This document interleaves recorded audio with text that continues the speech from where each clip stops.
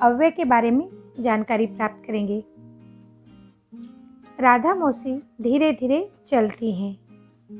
रमेश धीरे धीरे चलता है। जया सीमा के पीछे खड़ी थी। जया सीमा के पीछे खड़ी है। पुस्तक अलमारी के भीतर रखी है। पुस्तकें अलमारी के भीतर रखी हैं। मैं कल बाजार जाऊंगी।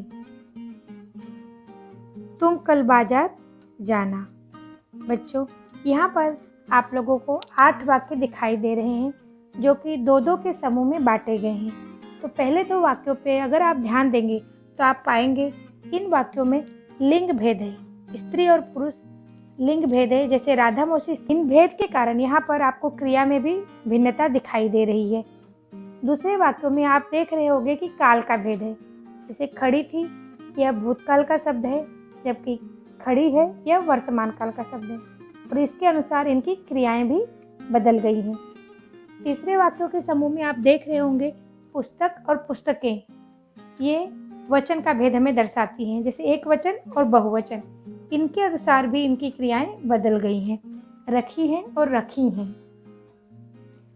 और चौथे वाक्य समूह में हम देखेंगे कि पुरुषवाचक सर्वनाम में भेद दिखाई दे रहा है। जैसे मैं प्रथम पुरुषवाचक सर्वनाम है और तुम द्वितीय पुरुषवाचक, जिसके कारण इसमें भिन्नता दिखाई दे रही है। परंतु इन वाक्यों में कुछ शब्द ऐसे हैं जो वचन, लिंग, काल, पुरुष के बाद भी, की भिन्नता के बाद भी बदले नहीं हैं।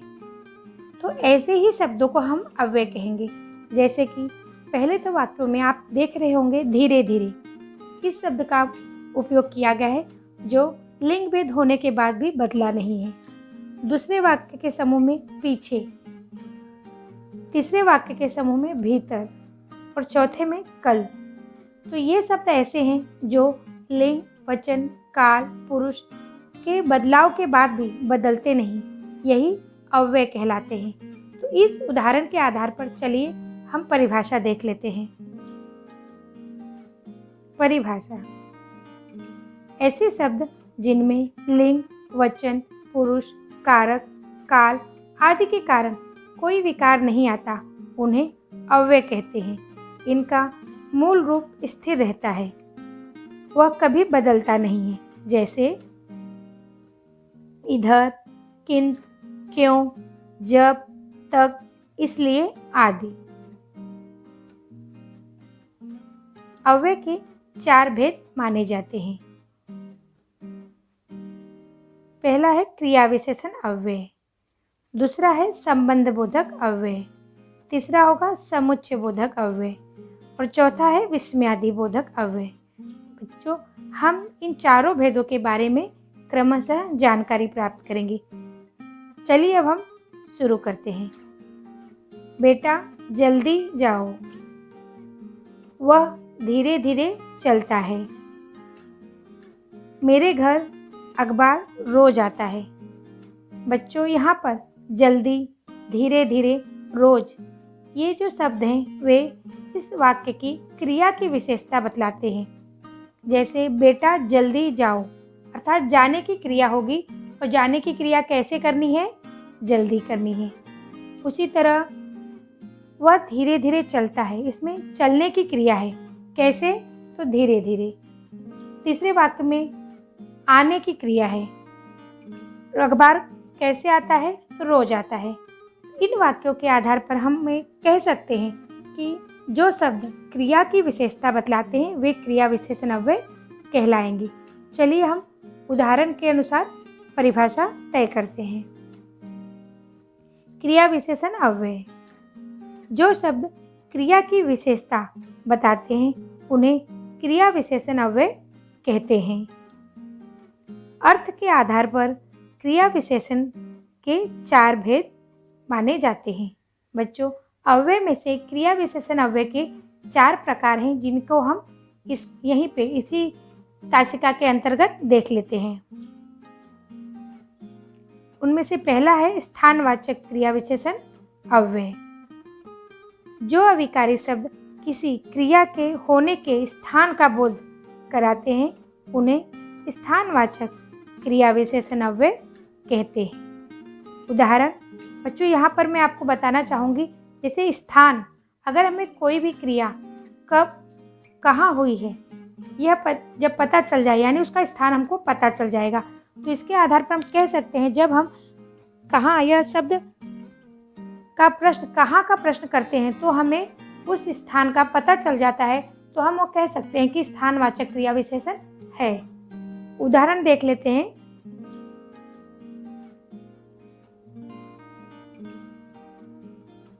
यहाँ, वहाँ, भीतर, बाहर, इधर, उधर, दाएं, बाएं, ये सारे शब्द हैं क्रिया के स्थान का हमें बोध कराते हैं। दूसरे प्रकार में आएगा कालवाचक क्रिया विशेषण अव्यय। जो अविकारी शब्द किसी क्रिया के होने के समय का बोध कराते हैं उन्हें कालवाचक क्रिया विशेषण अव्यय कहते हैं। उदाहरण आजकल, अभी, तुरंत, रात भर, दिन भर, आज, कल, नित्य, हर बार, कई बार, प्रतिदिन। बच्चों ये सारे शब्दों से हमें क्रिया के समय का बोध होता है, तो जब क्रिया के समय का बोध होगा तो वह कालवाचक विशेषण कहलाएगा। इसके लिए हमको प्रश्न अगर पूछना है तो कब क्या पूछना पड़ेगा? कब। जैसे हमने पहली बार पूछा कहाँ, वैसे ही अब की हमको पूछना पड़ेगा कब। तीसरा प्रकार है परिमाणवाचक क्रिया विशेषण अव्यय। जो अविकारी शब्द किसी क्रिया के परिमाण या निश्चित संख्या का बोध कराते हैं उन्हें परिमाणवाचक क्रिया विशेषण अव्यय कहते हैं। उदाहरण है बहुत, खूब, अत्यंत, अति, जरा, थोड़ा, किंचित, कुछ, बस, यथेष्ट, काफ़ी, ठीक, कम, अधिक, इतना, उतना, बारी बारी, तिल तिल, थोड़ा थोड़ा। बच्चों इन शब्दों से हमें क्रिया के परिमाण का बोध होता है, तो ये शब्द परिमाणवाचक क्रिया विशेषण बन जाएंगे। तो इसके लिए हमको अगर प्रश्न पूछना है तो क्या करेंगे हम? कितना। अगर जैसे हमने कहाँ देख लिया, कब देख लिया, अब कितना। इन प्रश्नों के आधार पर हम क्रिया विशेषण को पहचान सकते हैं। चौथा भी प्रकार की तरफ चढ़ते हैं। चौथा प्रकार होगा रीतिवाचक क्रिया विशेषण अव्यय। जो शब्द किसी क्रिया के करने के तरीके या रीति का बोध कराए वह रीतिवाचक क्रिया विशेषण कहलाते हैं। उदाहरण धीरे धीरे, जल्दी, रोज, अचानक, सचमुच, शायद, एकाएक, झटपट, फटाफट, ऐसे। इन शब्दों के द्वारा किसी भी क्रिया के तरीके का पता चलता है, तो इसके लिए हमको प्रश्न पूछना होगा कैसे। तो जो उत्तर मिलेगा वह हमारा क्रिया विशेषण अव्यय, रीतिवाचक क्रिया विशेषण अव्यय हो जाएगा। तो बच्चों आप यहाँ पे ध्यान दिए होंगे कि हमको अगर क्रिया विशेषण अव्यय पहचानना है तो हमें प्रश्न कब, कैसे, कितना, ये प्रश्न अगर हम पूछते हैं तो हमको क्रिया विशेषण अव्यय और उसके प्रकार का बोध हो जाता है। चलिए अब हम क्रिया विशेषण अव्यय के कुछ उदाहरण देख लेते हैं। क्रिया विशेषण अव्यय के उदाहरण: वह नित्य बगीचे में टहलता है, दिन भर वर्षा होती है, सुनील नीचे बैठा है, उधर मत जाओ, सीमा बहुत बोलती है, उतना बोलो जितना जरूरी हो, मोहन शीघ्रता से चला गया, जरा धीरे चलिए।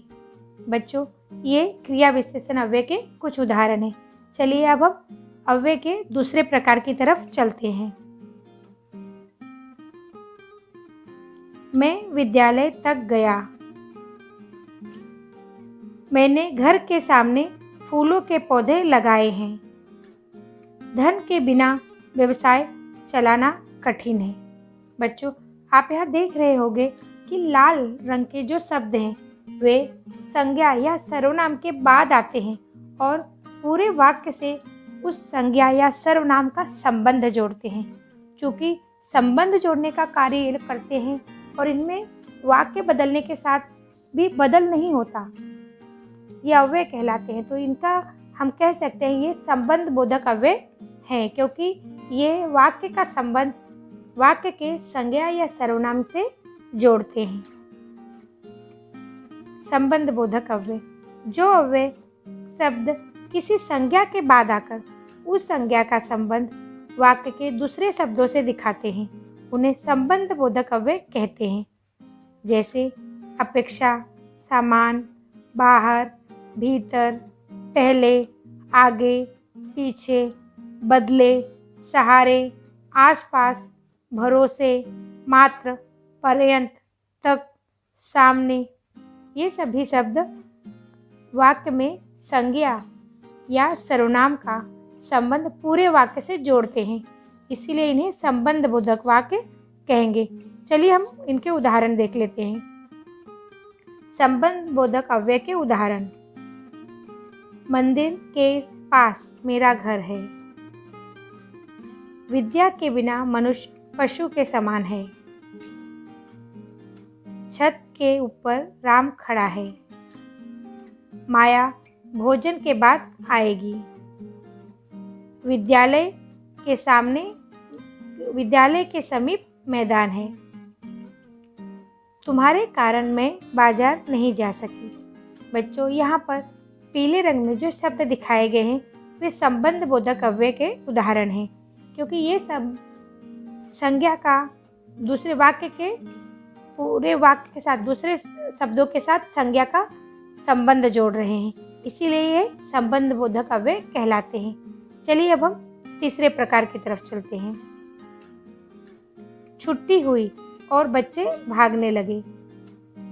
रमा बीमार है, इसीलिए वह नहीं आई। मैंने सारे काम निपटा लिए ताकि मैं बाजार जा सकूं। बच्चों, अब तक हमने देखा संबंध बोधक अव्यय और समुच्चय बोधक अव्यय में एक भेद है, वह हमारे लिए जानना जरूरी है। संबंध बोधक अव्यय एक ही वाक्य में संबंध जोड़ने का कार्य करता है, लेकिन समुच्चय बोधक ये दो शब्द या दो वाक्यों में संबंध जोड़ते हैं। ये इन दोनों में भेद है। जैसे यहाँ पर छुट्टी हुई, यह भी एक छोटा सा वाक्य है, और बच्चे भागने लगे, यह भी अपने आप में अर्थपूर्ण वाक्य है। इन दोनों वाक्यों को जोड़ने का काम और इस शब्द ने किया है। उसी तरह रमा बीमार है, यह भी एक छोटा वाक्य होगा, और वह नहीं आई, यह भी वाक्य ही है। इन दोनों वाक्यों को जोड़ने का कार्य इसलिए शब्द ने किया है। उसी तरह मैंने सारे काम निपटा लिए, ये भी वाक्य है, और मैं बाजार जा सकूं, ये भी वाक्य है। इन दोनों को जोड़ने का काम ताकि शब्द ने किया है।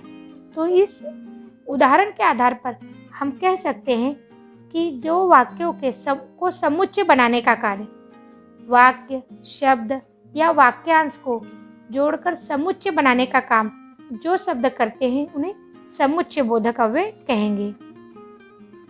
समुच्चय बोधक अव्यय, जो शब्द दो शब्दों, दो वाक्यों या दो वाक्यांशों को जोड़ते हैं उन्हें समुच्चय बोधक अव्यय कहते हैं। जैसे और, एवं, तथा, या, अथवा, किंतु, परंतु, लेकिन, मगर, वरन, इसलिए, अतः। तो ये शब्द समुच्चय बोधक अव्यय हैं। चलिए हम थोड़ा उदाहरण देख लेते हैं। समुच्चय बोधक अव्यय के उदाहरण। सूरज निकला और पक्षी बोलने लगे। तुम जाओगे कि मैं जाऊं। मैं दिल्ली जाना चाहता था लेकिन जा न सका। मेरी मानो तो वहां मत जाओ। दिन या रात, मेहनत कश के लिए सब एक समान है। वह दोषी है, इसलिए सब उसे घृणा करते हैं। बच्चों, यहाँ पर और, कि, लेकिन, मानो, या, इसलिए ये सारे शब्द दो शब्दों या दो वाक्यों को जोड़ने का कार्य कर रहे हैं, इसलिए ये समुच्चय बोधक अव्यय हैं। चलिए अब हम अव्यय के चौथे प्रकार की तरफ चलते हैं। वाह, तुमने तो कमाल कर दिया। अरे, आप आ गए। हाय, वह चल बसा। बच्चों, ये जो शब्द हैं वाह, अरे, हाय, ये शब्दों का अपने आप में कोई अर्थ नहीं है, परंतु ये हमारे मुंह से अनायास अचानक ही हर्ष में, शोक में, दुख में, खुशी में, प्रसन्नता में निकल आते हैं। तो जो शब्द हमारे हर्ष, शोक, ग्लानि, दुख, लज्जा के कारण अचानक ही मुंह से निकल आते हैं, उन्हें विस्मयादिबोधक अव्यय कहते हैं। विस्मयादिबोधक अव्यय जिन शब्दों से हर्ष, शोक, विस्मय, ग्लानि, लज्जा, घृणा, दुख, आश्चर्य आदि के भाव का पता चलता है, उसे विस्मयादिबोधक कहते हैं। इन वाक्यों में विस्मयादिबोधक चिन्ह लगाया जाता है। बच्चों, इन वाक्यों को पहचानने का सबसे सरल तरीका है कि इनमें विस्मयादिबोधक चिन्ह लगा होता है। जैसे वाह, आह, शाबाश, अरे, त्राहि त्राहि, बाप रे। चलिए अब हम इनके उदाहरण देख लेते हैं। विस्मयादिबोधक अव्यय के उदाहरण। वाह, कितना अच्छा दृश्य है। हाय, अब मैं क्या करूं। अहो, क्या बात है। छी छी, इतनी गंदगी। बाप रे, इतना बड़ा सांप। शाबाश, तुमने अपनी टीम का नाम रोशन कर दिया। बच्चों, यहाँ पर पीले रंग में जो शब्द हैं वे विस्मयादिबोधक अव्यय के उदाहरण हैं। ये शब्द हमारी भावनाओं को प्रकट कर रहे हैं, इसीलिए ये विस्मयादिबोधक अव्यय कहलाते हैं। यहाँ पर हमारा अव्यय और उसके प्रकार समाप्त हुए हैं। मुझे विश्वास है कि आप लोग अव्यय को अच्छी तरह समझ पा गए होंगे और इसके उदाहरण आप लोग अच्छे से पहचान पाओगे।